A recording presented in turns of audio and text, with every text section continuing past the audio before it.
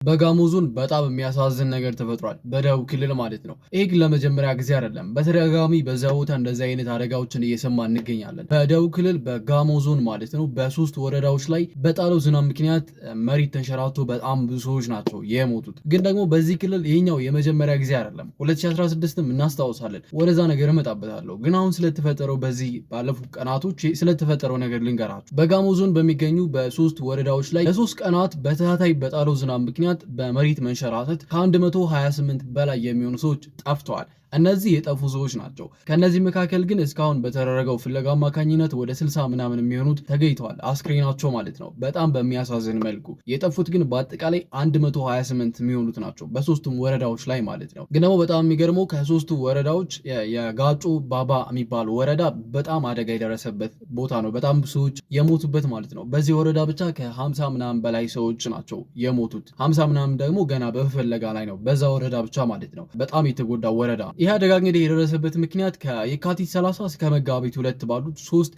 ተከታታይ ቀናቶች በተከታታይ በጣለው ከባድ ዝናብ እንደሆነ ተነግሯል። ይህ አደጋ ግን የተፈጠረው መጋቢት 1 ነው። ዝናቡ በጀመረ በሁለተኛው ቀን ማለት ነው ይህ አደጋ የተፈጠረው እና እንዳልኳችሁ በአጠቃላይ የጠፉ ሰዎች 128 የሚሆኑ ናቸው። እስካሁን በተደረጉት ፍለጋ ግን 60 ምናምን በላይ የሚሆኑ ሰዎች ናቸው አስክሬናቸው የተገኘው ማለት ነው። ፍለጋው በቀጠለ ቁጥር የሟቾች ቁጥር በጣም ሊጨምር ይችላል። ይህ ደግሞ የበለጠ ነገሩን አሳዛኝ እያደረገው ይመጣል ማለት ነው። በጣም ከባድ ነገር ነው የተፈጠረው እና እንዳልኳችሁ ይሄኛው አደጋ በዚህ ክልል ውስጥ ማለት ነው ለመጀመሪያ ጊዜ አይደለም። በ2016 ከሁለት ዓመት በፊት ካስታወሳችሁ በጎፋ በሚባል ዞን ውስጥ እንደዚህ አይነት ተመሳሳይ የሆነ አደጋ ተፈጥሮ ነበር። ይህንን ማንም ሰው ሊረሱ አይችልም መቼም ሁላችሁም ታስታውሳላችሁ። እና በዚህ ቦታ ላይ ከ200 ምናምን በላይ ሰዎች ነበሩ በዛ ቀን ላይ የሞቱት ማለት ነው በመሬት ናዳ።